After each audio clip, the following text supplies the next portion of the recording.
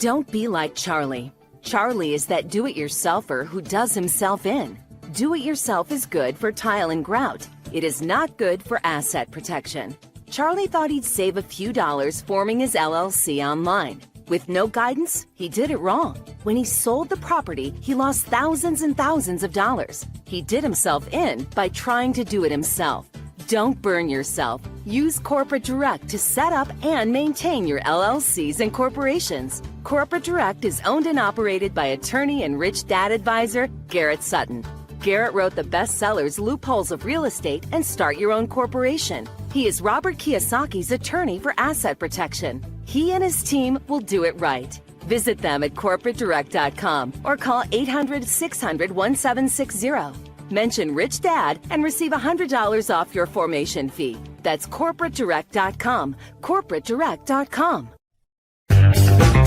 This is the Rich Dad Radio Show. The good news and bad news about money. Here's Robert Kiyosaki. Hello. This is Robert Kiyosaki, the Rich Dad Radio Show, the good news and bad news about money. We're going to be talking about Facebook and what it's done to the world here. And since I'm a Technosaurus Rex, I know nothing. I barely use my cell phone. I've got my CEO and president, Shane Coniglia, on the program with me, as well as my wife, Kim. And our guest today, is a very special guest, is Roger McNamee. He's an investor, venture capitalist, and musician. I like the musician part, right, Shane? Yeah, I definitely love that. And he's a managing director and co-founder of Elevation Partners, but is also one of the founders of Facebook with Zuckerberg. So his latest book is not a founder. I was an early advisor to Okay, good. From 2006 to 2009. So the company was 2 years old when I got involved. Well, your timing was good. Anyway, he's the author of Zucked, Z-U-K-E-D, Waking Up to the Facebook Catastrophe. So anyway, we're very happy to have you on board. And then, Shane, anything you want to say, because you understand the Facebook phenomenon far more than I do? I think the interesting part of Facebook is just the power of those types of platforms now, and the way that they're used is so much different than what I believe was they were originally meant for, and certainly anticipated during the launch of Facebook, as well as now Twitter, Instagram, Snapchat, and all the other ones. But now you're saying that Facebook is a catastrophe, and that's what we'd like. That's what our program is about today. Why do you say it's a catastrophe? So here's the deal. I've been involved in investing in Silicon Valley since 1982, and for the first 50 years of Silicon Valley, the industry made products that were designed to make us more capable, to improve our lives in many different ways. And in the earliest days, Google and Facebook did that exact thing. But they built business models that were based on a form of advertising that was brand new. And when smartphones came along, they essentially ported all of their technology onto devices that were available all day long. And so the habits of checking Facebook and Google turned into addictions for many, many users. And once people are addicted, they're vulnerable. And the problem here is that neither Facebook nor Google took the steps to protect the people who used their products. And as a result, bad guys came along and used the advertising tools to harm innocent people. And we've seen this across a really wide range of areas, affecting children, adults, affecting their mental health, affecting democracy, affecting their ability to make choices without fear, which is the specific version of privacy that I focus on. And frankly, they've managed to block any kind of competitor that might threaten their position.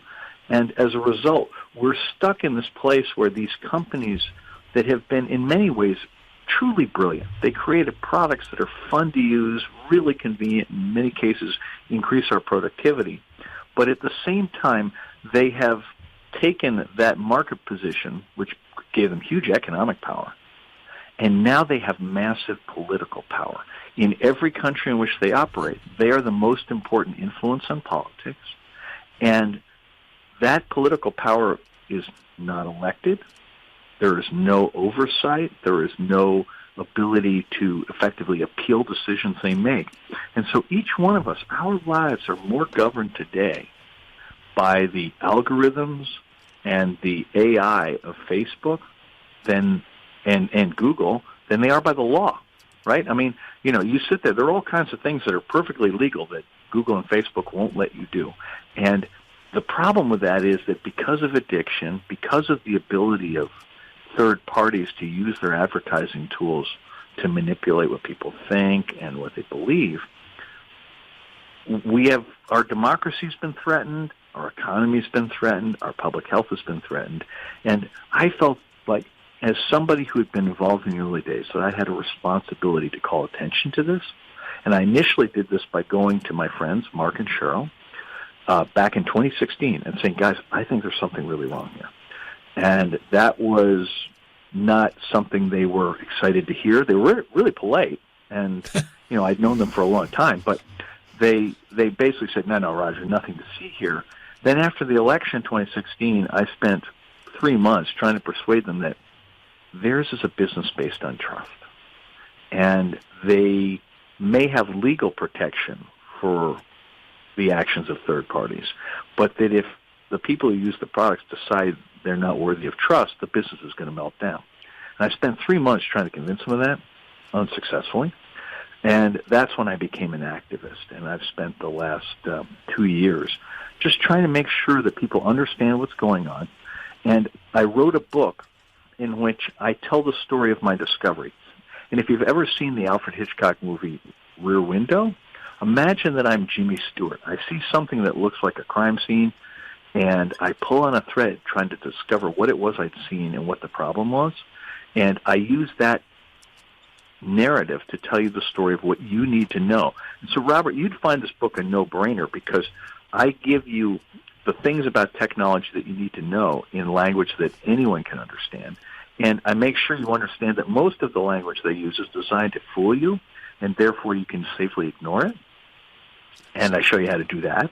And then I finish the book by telling you what I hope that policymakers will do to correct the situation, and that what each and every one of us can do, those of us who use and love Facebook, who use and love Instagram, use and love YouTube and Google and Twitter, that in reality we have a lot of power. These companies depend on our attention, and we can insist that they change their behavior and stop harming us. So I'm asking this question. Did Mark and Cheryl not care about what you were talking? I mean, did they just not care? No, I don't. It's a great question. I can't tell you because they don't talk to me anymore. Really? But no Christmas cards this year. You can understand. No. And here's the thing, that they built that business by doing things that everybody told them would never work. And so they got very used to the notion that their critics were always wrong. So there was a reflexive reaction to reject what I was saying. And to my mind, I can easily forgive all of that, everybody makes mistakes. What I have more trouble with is the way they've behaved since the evidence came out that documents conclusively that they, that their actions have harmed people. Just recently, we've had a couple examples on Facebook where they had games on Facebook which were set up in such a way that little kids ran up $1,000 bills on their parents' credit cards. And Facebook did nothing to prevent that from happening and refused to refund it when the parents found out. And then after that, both Google and Facebook were busted by Apple for having these research products, they called them, that circumvented the App Store and then spied on the people who used them. Now, they paid them a little bit of money, but what they were doing was so invasive, and many of the people affected were minors, right, under 17 and under. And so this was, I think, unethical, and that kind of behavior is what you get when there's no checks and balances. And I don't think these are bad people. I've never thought they were bad people, but I do think their business practices are bad. Well, let me just read a couple of lines from your Time Magazine article. It says, on Facebook, information and disinformation look the same. That's what Trump is calling fake news, disinformation. The only difference is that disinformation generates more revenue. So fake news generates more revenue, so it gets better treatment. Do you still believe in that or support that? Oh, no, that's it. MIT did an amazing study where they demonstrated that disinformation spreads 60% further or 70% further and 6 times faster than facts. And it actually makes sense because things that appeal to your outrage or fear, you want to share with other people, because if you're either afraid or outraged, you want other people to share those emotions with you. Whereas if you share something like a wedding photo or some happy thing, not everybody's going to be as excited about that as you are, so it won't spread as virally. And that's just human nature. And what's really interesting was that MIT controlled for the impact of what are known as bots, which are the software robots that do the automatic forwarding of things. And it turns out the bots were indifferent between facts and disinformation. So all of the impact was from the humans. And that's just how things work. And a different set of companies would have said, that's actually a problem. We don't want that to happen, so we're not going to optimize our product for that. But these guys didn't feel any constraints. Nobody ever told them, hey, you shouldn't do that. They basically said, look, we live in a world where you whatever you can get away with, you can do. And so they did. Hey, Kim, Rob, Kim, weren't you upset about that fact that they just kept stirring up people? Yeah, well, that was one of the things that was one of the trends, was that this outrage and fear. And what I'm hearing Roger say, and you talk about this, Roger, is that Facebook started gathering data anywhere, but then it started spying on people, even people that weren't using Facebook. It was selling all this data without any user's permission. And basically, so I guess you're saying people are basically seen as you say, a metric, not a person. Yeah. And you're basically taking away their rights of freedom. Yeah, Kim, think of it as a form of eminent domain. They've basically pushed the envelope around data constantly, and they use terms of service that are way too long to read and completely incomprehensible, so people don't even bother to read them. And their position, and again, it works just like eminent domain would work with land. They basically said, we want this data. It's useful for us. We're going to take it. And if you don't like that, you have to abandon the huge investment you've made in, friend networks and all the things in our system. And that's not a reasonable trade. Like extortion. It's certainly a bad thing. And the thing I would say is, what they do is legally very clever. They don't actually sell the data directly. What they do is they sell access to it. And it's not just Facebook. Google does this really intensely, and that surveillance, Google's actually the first one to do it. They were the ones who more or less invented this model. And they collect data everywhere. So they go to your cellular phone company, and they get all of your location data, and they get it for absolutely everyone. They go to credit card companies and get all of the credit card data. They go to anyone who will sell data, and they get it to create the most detailed picture of each person they can possibly have. And the reason that makes so much sense is that some of their products are designed to manipulate whole populations as opposed to individuals. And so you need to know about everybody. And in my mind, that business model is just a really bad idea, particularly sort of appearing out of nowhere. We had no time to adjust, no time to prepare. And what's interesting is after the Russian interference in the 2016 elections, a significant minority of Americans changed their behavior. They stopped getting their political stuff from social media. They stopped getting their news there. They decided to get involved in politics on whatever side they were on. And that, to me, was very encouraging. But you need time to do that. And so we need time across the whole range. And if you think this stuff is bad, the next step that's coming, artificial intelligence and the Internet of Things, which are products like Alexa. You may have seen there was an ad on the Super Bowl that was very popular with Harrison Ford and his dog, and the dog uses Alexa to order dog food by barking. And the thing that people haven't figured out with all these products that are based on Alexa is they listen all the time. So they're gathering data from anybody who happens to be in the room. And they're gathering data on cell phones even when your cell phone isn't turned on. Well, they're gathering whatever right? data they can get. Well, I don't know. If the cell phone's not turned on, if the app's not turned on, some of the Google things on certain phones will gather data even if you're not using the app. But the phone does have to be turned on most of the time. And you have permissions inside the app for location, allowing location access and privacy access. You can control some of it. You can control some of it, but to be clear, there have been violations of those, right? Yep. There has been involuntary data collection. And when you look at AI, here's the thing. With artificial intelligence, the three biggest use cases you see right now are eliminating white-collar jobs, then what are called filter bubbles, which are essentially these things on social media that influence the things you believe. They basically tell you what to believe. And then thirdly, recommendation engines that tell you what products to enjoy or to consume. And if you think about what makes each one of us an individual, our job, the things that we believe, and the things we purchase or enjoy, those are among the most important things that distinguish every one of us. So, Roger, that's not bicycle for the mind. That's dangerous. Roger, we come back. We've been going to how do you protect yourself from the dark side of big tech. And I just saw my friend. He's so proud of his Alexa. I don't even think he knows he's being listened in on. His wife might have some things to say about that. But anyway, yeah, exactly. for the old guys like me, we don't even know what's going on. So stay tuned. We come back. We'll have Roger McNamee. He's an investor and venture capitalist. We come back. We'll be going more into how do you protect yourself from the dark side. And I think what Roger is saying is, but wait, it's going to get worse. You're listening to The Rich Dad Radio Show with Robert Kiyosaki. What is your number one expense in life? Your number one expense. It's taxes. And I've asked the question is, how come there's no financial education in school, but why isn't there education on taxes either? They tell you to save money, which is stupid.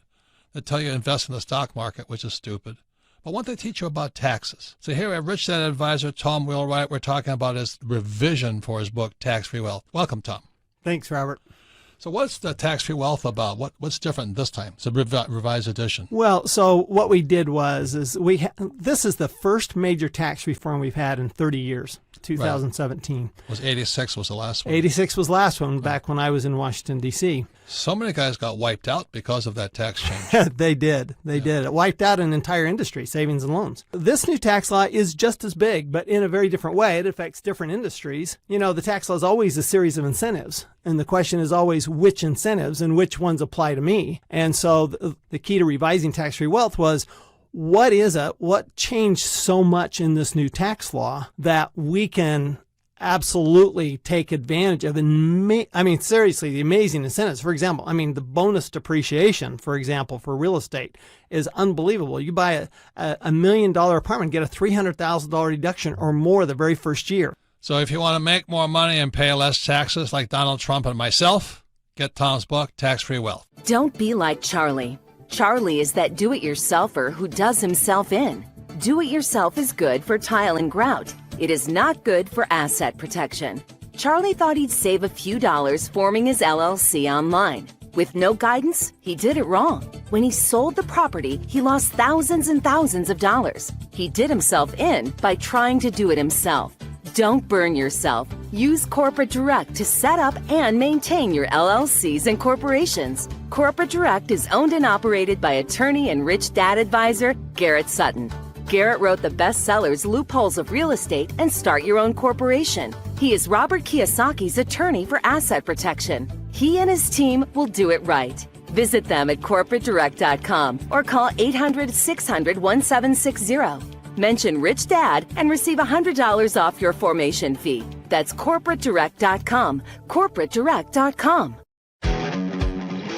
Log on to richdadradio.com while you listen. Now back to Robert Kiyosaki. Welcome back, Robert Kiyosaki, the Rich Dad Radio Show. The good news and bad news today about social media. It's about how there's such fake news and fake media and fake social media. To me, fake social media comes out as antisocial behavior. We use things like Facebook, things like to attack each other, to steal from each other. So once again, and our guest today is Roger McNamee. He's an investor, venture capitalist, and musician, one of the early around guys in Facebook. And he's concerned about what Mark and Sheryl Sandberg are doing. So you can listen to the Rich Dad Radio program anytime, anywhere on iTunes or Android, and all of our programs are archived at Rich Dad Radio. We archive it for one reason. Rich Dad is an education company. We have We don't sell or recommend or say you buy this or sell that. But we want you to listen to it to enhance your awareness of what's going on in the world. So this program especially is worth listening to again, because if you go to richdadradio.com, you pull it up, you listen to it one more time, you'll gain probably 70 to 80% more than just by listening to it one time. And most importantly, if you get together with friends, family, and business associates and listen to this program about Facebook with Roger McNamee, the author of the book Zucked, Z-U-K-E-D, Waking Up to the Facebook Catastrophe, and you discuss it, you'll learn even more. So as we promised, we're going into the dark side of social media. Shane is the president of Rich Dad. Any concerns on the dark side? Because you're in that world all the time, the dark side too. Yeah, well, from one side of it, obviously, Rich Dad uses it as an advertising platform where, we capture data. leads. Yep, we capture data, we read it and analyze it, and then adjust our marketing and our products, to it. So on one side, obviously, we use it right for the tool that it is. On the other side, what worries me personally, you referred to just a second ago, and Rogers referred to it, is the antisocial behavior, and then that tied to the power that they can move masses and they can control it in any direction they want it to go for what they want their outcome to be versus whatever either the individual actually wanted or even the power of the people. Right. On the small picture, I understand there's a lot of bullying going on social media right now. Yeah, cyberbullying. Yep. Cyberbullying. But also on the bigger picture, I was talking to Roger during the break. He talks about how the lack of, it says, free basic services brought internet service to poor people in roughly 60 countries. That's got me concerned. Because if you can do it to an individual, it's bullying. We can do it to a whole country. Mm-hmm. And it's about the cost of massive social disruption. Massive social disruption. Lack of language skills and cultural insensitivity have blinded Facebook to the ways in which its platform can be used to harm defenseless minorities. So they may be bullying your kid, or they could be bullying your kid, somebody else's kid, but we're doing it to whole countries now. And this has already played out deadly incomes in Sri Lanka and Myanmar. And I was just in Myanmar, where the Rohingya are. Rohingya are basically Muslim. They've been there for 800 years or 8,000 years. But the Buddhists over there supposedly are attacking them. And therefore, I'm not Buddhist, but you think a Buddhist is pacifist, but why would they be attacking the Rohingya? Roger, any idea on that? How can social media go a whole country, a whole bunch of people, and murder them? Let me tie this to the thing you just said about advertising. The thing that really impresses me, and this is the good side, is that Facebook and Google have created the greatest advertising platforms ever. And almost all advertisers are forced to use them because their targeting is so good. And, I'm using it to help promote Zuck. Why? Because Zuck is a book that's really aimed at people who use Facebook and Instagram and Google. And so I want to be advertising there to get to the people who are interested. But it's really true for all advertisers. And so that conveys great power. When you take that power into a country like Myanmar, where there is no history of telecommunications, where there's no media, so you have people who aren't used to any kind of political engagement at all, you have to be incredibly careful. And Facebook Free Basics was designed to plant a seed in these developing countries. And they wound up signing up business in 60 countries, many of which had never had any previous media or previous telecommunications, and were basically going straight to cell phones. And so their first contact with media was social media. And they had no idea what disinformation was. And what happened was that in some countries, and Myanmar and Sri Lanka are the most glaring examples, basically bad actors were able to spread hate speech that resulted in the deaths of at least 9,000 people in Myanmar and dozens of people in Sri Lanka. And the citizens of those countries had no way to distinguish between the hate speech and facts. And it was coming from people they trusted. In Myanmar, it was coming from the military and from senior members of Buddhism there. And it produced this horrible outcome that the United Nations characterized as a classic ethnic cleansing, and they attributed it to the presence of Facebook. And so, Facebook didn't cause it, but once again, they enabled it. And the problem here is a lack of cultural sensitivity, a lack of language skills, and a business model that basically says, we're going to ship products as soon as they're available, and we're going to let the people who use the products find the bugs, find the problems, and, it won't be our problem, but we'll try to clean up the mess later. But if you're in Myanmar and you're a member of the Rohingya minority, you could easily be dead without ever using Facebook, right? So that's a situation where the Facebook model not only didn't work, it was catastrophic. And that is a more extreme version of what's going on in Europe and North America. But directionally speaking, these platforms have essentially not accepted responsibility for the consequences of their actions, and it's been a disaster. Did you ever bring that up with Mark or Cheryl? I wish I could have. I didn't know about what was going on with Free Basics then. The genocide in Myanmar basically took place in 2017, so roughly 9 months after I was last in communication with them. So I don't know how they feel about it. What I know is that their response to it was to say, this was unfortunate, and we haven't been able to hire enough fact checkers in Myanmar. And my response is, hang on just a sec, guys. I mean, even if you had been able to hire enough fact checkers, that's not the right response when there's, at least 9,000 people dead. The right response is you got to go in and fix this, and you got to do something for the families of the people who were killed. And, they should be committed to preventing any kind of hate speech around the world.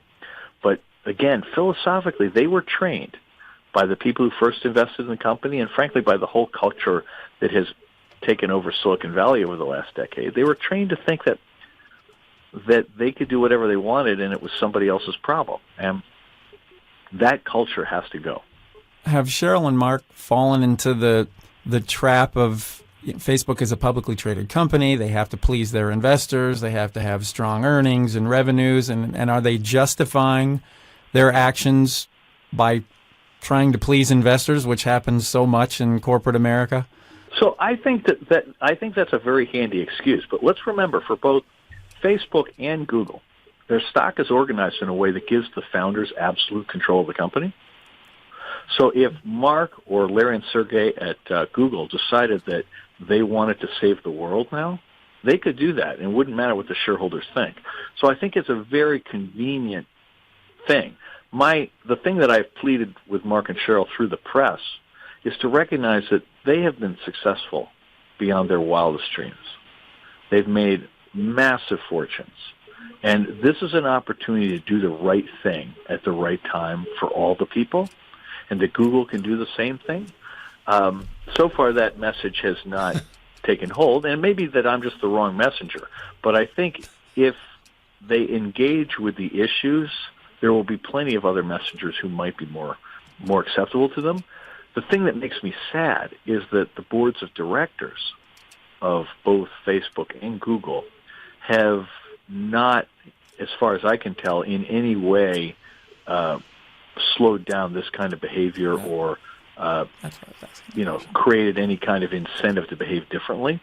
And that makes me very sad because there are a lot of good people on these boards, but they seem to have been captured and therefore not engaging the way I would hope they would. So Roger, with that said, the point here is if your child is being bullied on social media, it's not much different than a whole country being bullied or attacked by social media. So the question at the start of this segment is, what can you and I do? What can our listeners do? So the book has whole chapters on what policymakers do, and especially what we as the humans formerly known as users can do. The most important thing to recognize is that these companies depend on our attention, and we don't have to delete the apps to have an impact on them. We should try to recognize that relative to kids, the old model that we had, which was expose kids as early as possible to as much technology as possible, that turns out to be wrong. We've run that experiment, and pediatricians are now saying, you know what, we were wrong about that. You want to have no exposure up to age 2, and then from 2 to 13 or 14, you want to keep it pretty limited. You don't want phones or computers in the classrooms for most students. What you really want to use is classroom time at school for learning how to pay attention, learning how to engage socially with other students and with teachers, and that you use the technology at home and in other settings when you're on your own. My basic belief on this is that all of these things will be a lot easier to do if parents get together, if they recognize that having something like a book club that organizes play dates that have no screens and, have days of the week when there are no screens in the house at all. And parents need to recognize that they set the role model, right? They are the role model, and that their behavior will influence the kids. So they want to be super careful about checking their phone all the time around their kids. And there are lots of things you can do. And the point is you don't need to do them all. And you can start with a few and then work your way up. I mean, I've done this experiment on myself. I was hopelessly addicted to all this stuff. At one time, I carried 7 different mobile devices. Jeez. And I thought this was all my fault because I didn't realize that they had consciously tried to addict me. And once I realized that, then I realized this is no different than what you've seen with OxyContin and the other opioids, where there were conscious strategies of exploiting people's pain, right, for corporate gain. And the key thing is that you need everybody. We all need help, and we want to get it from our friends and do this stuff together. And it'll be a lot easier that way. But the book is filled with advice on how to do this. And the most important thing to recognize is that if you're addicted to social media, or your kids are addicted to social media, they are not entirely at fault. That this was done to them. And when you go into a McDonald's or something and you see 4 kids at a table who aren't talking to each other, they're just texting. You go, that's probably not healthy. And it would be better if they made eye contact and treated each other like human beings. There'd be a lot less bullying and a lot less pain. There was a book years and years ago in my generation. It was called Future Shock. And I remember it well. Yeah, and he talked about high tech would eventually have to get back to high touch because high tech would go too far. And he says that here we are, Robert. This sounds like it, doesn't it?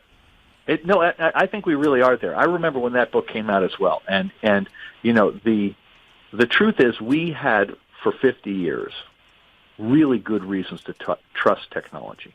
It always made our lives better. And Google and Facebook have exploited that trust to create business models that don't deserve to be trusted.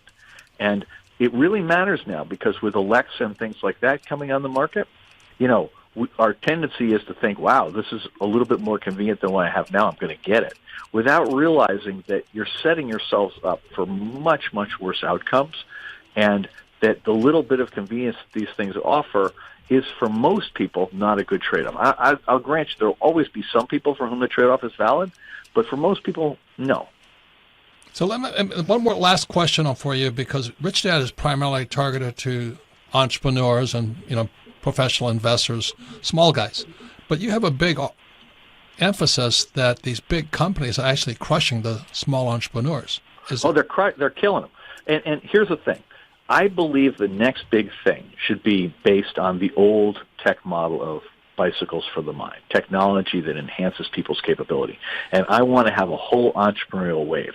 The problem that we have today is that Facebook and Google have acquired would-be competitors where they want to and crush the rest.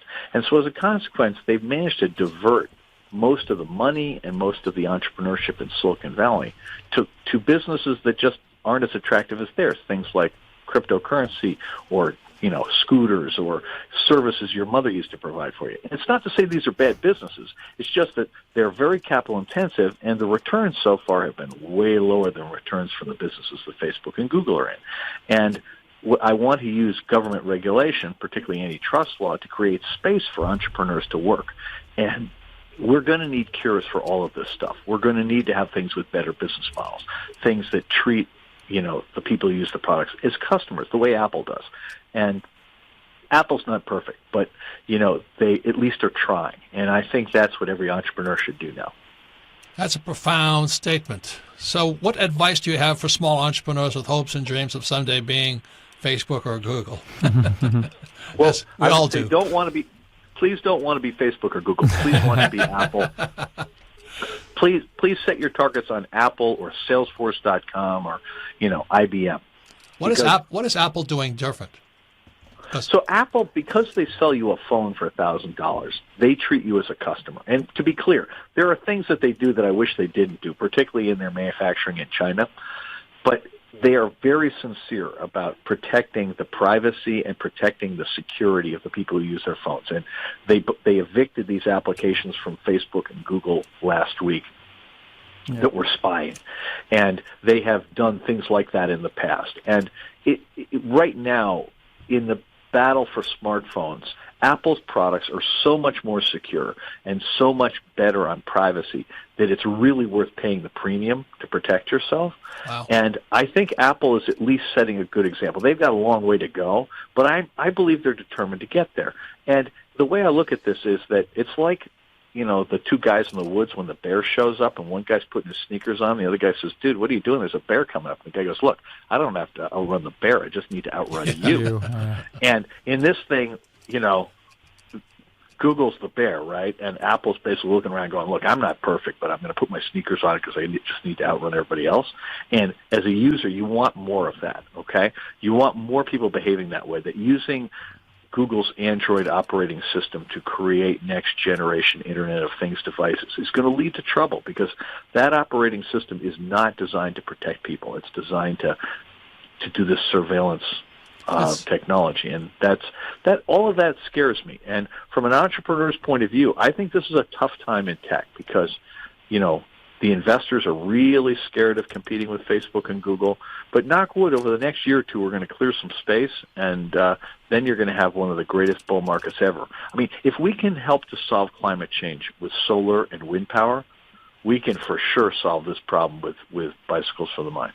Well, Roger, thank you very, very much. I mean, it's been a pleasure. Enjoyed it enormously. Shane's the young guy, and I'm the old guy, and I barely know how to turn on my cell phone.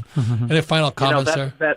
Robert, that's a good act, but I'm not buying it. I saw this Japanese guy the other day on television. This is the new big thing.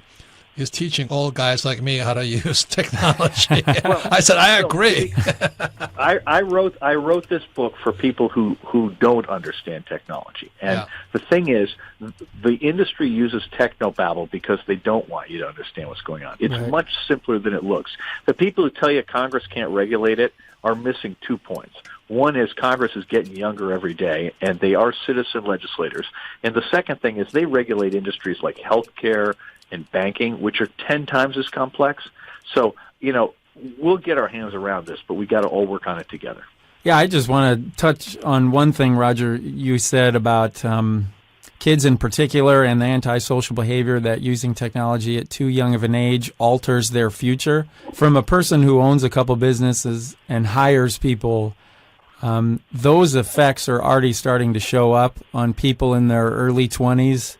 That may or may not be out of college when they go interview for a job, and you put them in a social environment because we're hardcore team people here at Rich Dad, and getting them involved and to understand how to debate with a coworker and have a healthy conversation about whatever a marketing strategy should be or a product strategy should be is getting very, very difficult because just the lack of social skills and the ability to listen and to understand someone else's point of view is making it much harder on an entrepreneur to develop a truly solid team and create strong products that have input from many people versus just one brain or just shoving the thing down your throat. That's precisely my experience, and what I'm trying to do in this book is to help people deal with that. Yep. Right.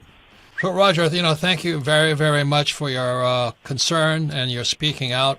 I think it's timely and needed. So thank you again. Thank you, Roger. So please, I hope everybody will order a copy of Zucked and read it because it's really aimed for you. And I've been an entrepreneur 3 times, and I've worked with entrepreneurs for 34 years, and this is my world, and I want to make it a better place. Well, I'm going to promote your book, but also your website is called elevation.com. Well, it's actually, if they go to Zucked Book, is where you go for the book. And Zucked Book. I would appreciate it. Yep, Yep. zuckedbook.com. Well, that's why we at Rich Dad Radio would like to give you as much time to pitch your book or tell your story so people will buy your book. And the reason we endorse it is because it's a timely book. It is probably the most timely book of today. So thank you for your Thank you contribution. very much. Thank you. All right, take care. Bye-bye. Thank you. If we come back, we'll be going to the most popular part of our program, which is Ask Robert. You're listening to the Rich Dad Radio Show with Robert Kiyosaki. Don't be like Charlie. Charlie is that do-it-yourselfer who does himself.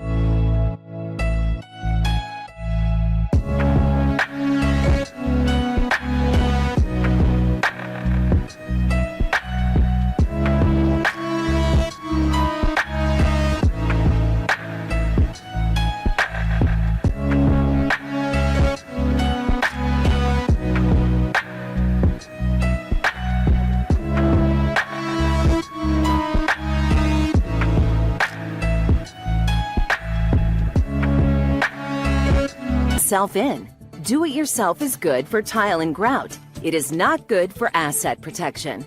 Charlie thought he'd save a few dollars forming his LLC online. With no guidance, he did it wrong. When he sold the property, he lost thousands and thousands of dollars. He did himself in by trying to do it himself. Don't burn yourself. Use Corporate Direct to set up and maintain your LLCs and corporations. Corporate Direct is owned and operated by attorney and rich dad advisor Garrett Sutton.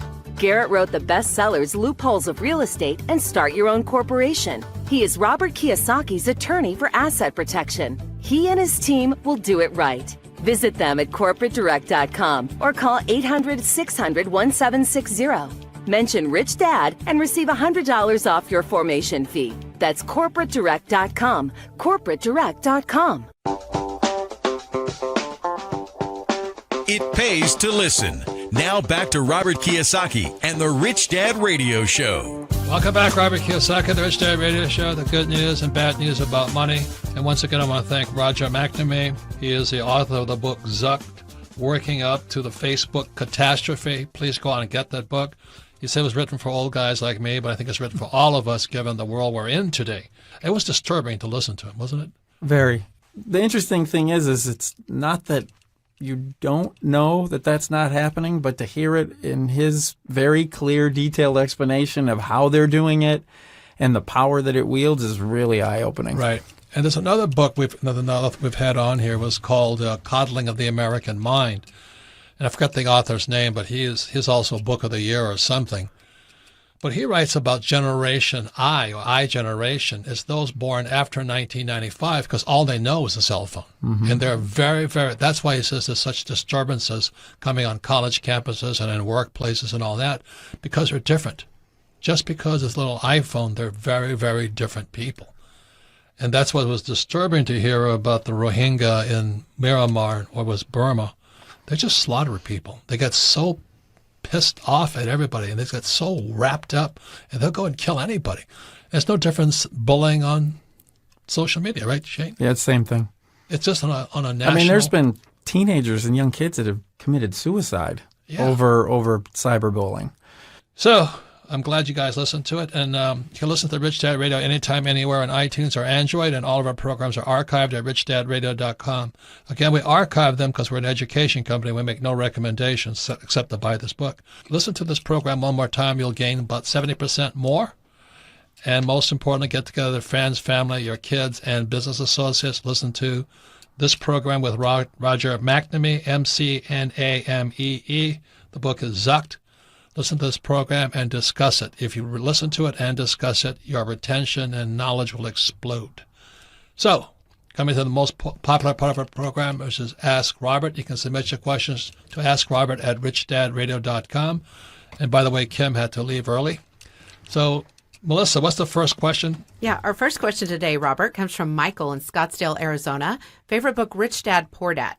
With the mainstream effects of social media and AI on our privacy, how do you and Kim protect your personal and business information, and how do we all protect ourselves?